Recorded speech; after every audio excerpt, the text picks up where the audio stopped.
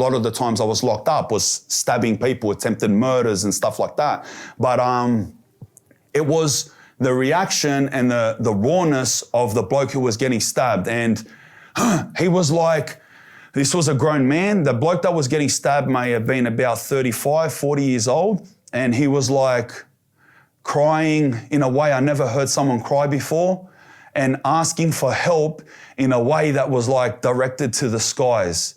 And it was it made me very like sad and scared myself. Like I you know what I mean? Because I was in a cell next to it, so it's almost like I was there. The wing's dead silent, and it's just like a lad, he's just repeatedly stabbing someone. I can hear the stabs.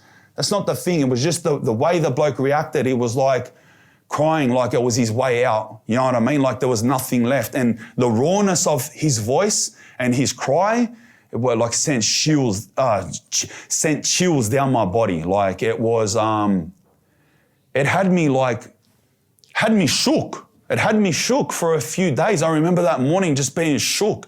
Like it was the first, you know, when in the first time in your life, you see the savageness of life. You know, us in the Western world, and Australia and America and England and that, and we're not used to that shit. You know what I mean? As gangster as we are, or as this, we're not used to that just complete savageness, you know what I mean? Like people chopped up and shit. Like, that was my first experience of someone reacting like that. And that left me shook.